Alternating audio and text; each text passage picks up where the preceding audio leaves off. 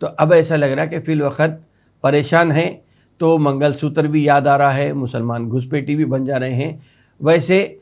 ایک بات تو طے ہے کہ مودی کبھی جیتنے کے بعد کبھی کسی کا شکریہ ادا نہیں کیا، چاہے وہ RSS ہوں یا خود ووٹروں کی بات ہو۔ مودی ناگپور جاتے ہیں لیکن RSS کے ہیڈ کوارٹر کو نہیں جاتے۔ مودی ناگپور جاتے ہیں لیکن کبھی ہگڑیوار یا گولوالکر کی سمادھی پر بھی پھول نہیں چڑھانے گئے۔ تو شاید یہ کہیں نہ کہیں RSS کو ناگوار گزرا۔ ویسے اگر دیکھیں گے تو RSS کے تعلق سے JP نڈا نے جو بات کہی، وہ کئی دنوں سے یہ بات چل رہی تھی کہ کہیں نہ کہیں اس بات کا خلاصہ ہونا چاہیے یا اس بات کو عام ہونا چاہیے کہ RSS BJP کو اب RSS کی ضرورت نہیں ہے، یا BJP اور RSS الگ الگ ہیں، دو تنظیمیں ہیں، بتانے کی ایک کوشش ہوئی تھی۔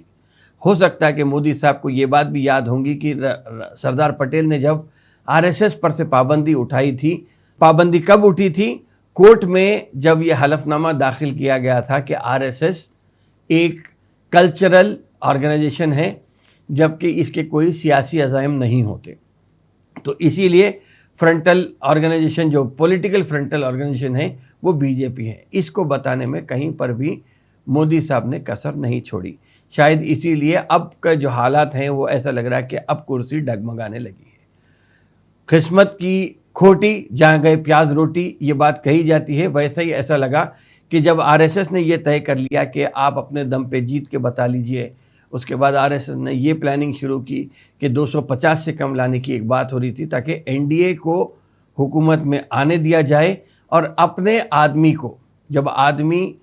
سنگٹھن سے یا آرگنائزیشن سے بڑا ہو جاتا ہے تو RSS کو کھلنے لگتا ہے۔ یہ بات بھی عام ہے، تو شاید مودی کو سبق سکھانے کے لیے RSS نے یہ پلاننگ کی۔ لیکن ہوا یوں کہ یہ بات تو اپنی جگہ تھی، لیکن اس سے ہٹ کے جو ہوا کہ سیاسی میدان سے، خاص طور پہ اتر پردیش کے سیاسی افق پہ سے مایاوتی اچانک غائب ہو گئی،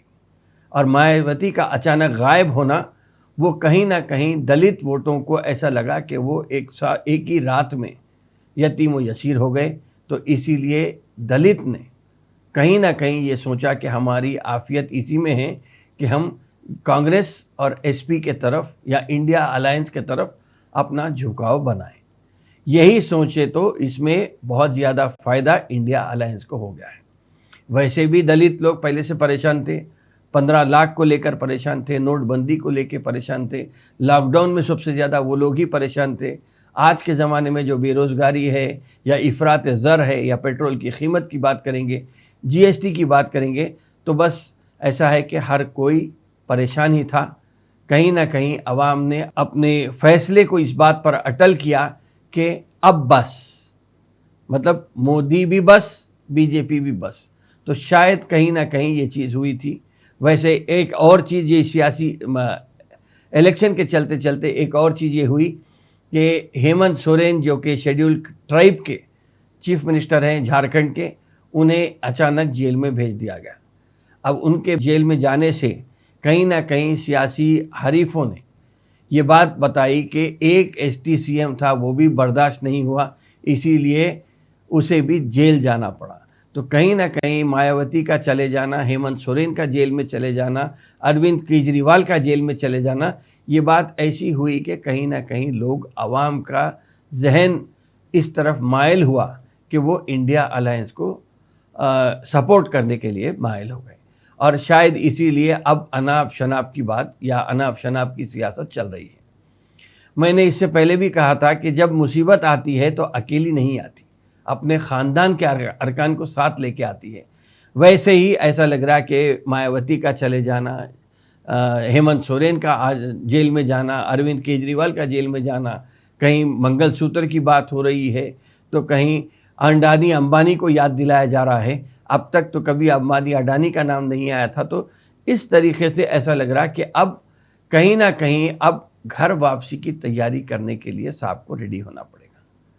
شاید اسی لیے کوئی چیز سمجھ میں نہیں آ رہی، لیکن پھر بھی میں سمجھتا ہوں کہ جہاں تک 114 سیٹوں کی بات ہے، اس میں یہ بات بھی کہیں سے بھی ہمارے سے بھول چوک نہیں ہونی چاہیے۔ لیکن 114 سیٹوں میں گزشتہ مرتبہ 2019 میں تقریباً 75 سیٹس ایسے تھے جس پہ بی جے پی اور حلیفوں کا قبضہ تھا۔ اس مرتبہ ایسا لگ رہا کہ کس طریقے سے یا 75 سیٹوں پہ این ڈی اے کا قبضہ تھا، بی جے پی اور این ڈی اے کا قبضہ تھا، اور 39 سیٹس پر کانگریس لیڈ انڈیا الائنس کا قبضہ تھا۔ اس مرتبہ اگر یہ چیز تبدیل ہوتی ہے، آخری 2 مرحلے ایسے ہیں جو تقریباً 114 سیٹوں پہ جس کا فیصلہ آنے والا ہے، اور اگر یہاں پہ کوئی چیز تبدیل ہوتی ہے، ایکویشن تو چینج ہونا ہی ہے، 75 تو 75 نہیں رہیں گے، یا 75 کو 80 کرنا بہت مشکل ہے، تو اگر 75 50 پہ چلے جاتا ہے تو بھی 25 انڈیا الائنس کے لیے بہت زیادہ فائدہ مند ہو سکتا ہے۔ بہرحال یہی بات ہے کہ جو لوگ اس بات کو سن رہے ہیں، اس بات کو سمجھ رہے ہیں، اپنے سے جو ہو سکتا، میں سمجھتا ہوں کہ ہمیں اس چڑیا کی طرح کام کرنا ہے جو آگ لگتی ہوئی جھوپڑی کی آگ بجھانے کے لیے اپنی چونچ میں پانی لے کے جا کر اس میں ڈال رہی تھی۔ پڑوس میں بیٹھا کوے نے یہ بات کہی کہ تیری اس چونچ کے پانی سے آگ کام بجھنے والی ہے، تو چڑیا نے کہا کہ کم از کم جب تاریخ لکھے جائے گی آگ بجھانے والوں میں میرا نام بھی شامل رہے گا۔ تو ایسا ہی میں سمجھتا ہوں کہ ہر آدمی کو کام کرنے کی ضرورت ہے۔ ویسے اگر اس زمانے کی بات کریں تو ایسا دور چل رہا ہے یہاں پہ مطلب پرستی بڑھتی جا رہی ہے، گھر بڑے ہو گئے ہیں، خاندان چھوٹے ہو گئے ہیں، زیادہ ڈگری لوگ حاصل کر رہے ہیں، لیکن عام فہم کی جو سمجھ ہونی چاہیے وہ کم ہو گئی ہے۔ ایڈوانسڈ میڈیسن کا زمانہ ہے لیکن صحت خراب ہو رہی ہے، کمائی زیادہ ہو گئی تو کھانا اس قسم کا جنک فوڈ کھایا جا رہا ہے کہ صحت بگڑنا طے ہو گیا ہے۔ زیادہ ذہین لوگ ہیں لیکن محبت کم ہو گئی ہے، معلومات میں اضافہ ہوا ہے لیکن چالاکی کا فقدان نظر آ رہا ہے۔ تو ایسے میں سمجھتا ہوں کہ دوست سوشل میڈیا پہ بنانے کی بات کہی جا رہی ہے، تو اچھا دوست کوئی نہیں مل رہا جو آ کے آپ کا ہاتھ تھام کے بات کر سکتے۔ بہرحال ایسا ہے کہ ہاتھ پہ مہنگی گھڑی پہنے ہیں لیکن ٹائم دیکھنے کا ہی وقت نہیں ہے۔ تو ایسے حالات میں سمجھتا ہوں کہ ہمارے سے ہم اچھے کام میں کم از کم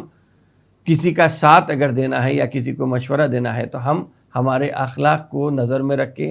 حضور اکرم صلی اللہ علیہ وسلم کو نظر میں رکھ کے، قرآن شریف کی جو تعلیمات ہے وہ نظر میں رکھ کے ہم ہر ایک کو اچھا مشورہ دیں، اچھی بات کہیں، اور اچھے ملک کے بنانے میں ہمارا بھی ایک تعمیری رول رہے۔ بہرحال ایسا ہی ہے کہ اب ہمیں کیا کرنا ہے سوچ سمجھ کر کام کرنے کی ضرورت ہے، نہ کہ جذبات میں آ کے کام کرنے کی ضرورت ہے۔ اب تک جذبات کو دیکھ کے مسلمانوں کا استحصال ہوا ہے، لیکن اس مرتبہ میں سمجھتا ہوں کہ جس طریقے کی چپی مسلمانوں نے اپنے لبوں پہ سجائی رکھی تھی، اور جس طریقے سے مایاوتی کا غائب ہونا دلتوں کو ایک قسم سے یہ پیغام دینے کی کوشش تھی کہ آپ کس سمت میں جائیں، اسی چیز کو اور ایک 5 سال ہم چلا کے رکھیں گے تو نئی حکومت میں ہماری بھی بہتری بہت ہو سکتی ہے، دلتوں کے ساتھ ساتھ ہمیں بھی اب زمینی سطح سے اوپر اٹھنے کی ایک گنجائش فراہم ہو سکتی ہے۔ بہرحال انہی چند باتوں کے ساتھ میں اپنے پروگرام کو یہیں پہ ختم کرتا ہوں، اور انشاءاللہ تعالی آئندہ ہفتے پھر ملاقات ہوگی، پھر بات ہوگی۔ خدا حافظ۔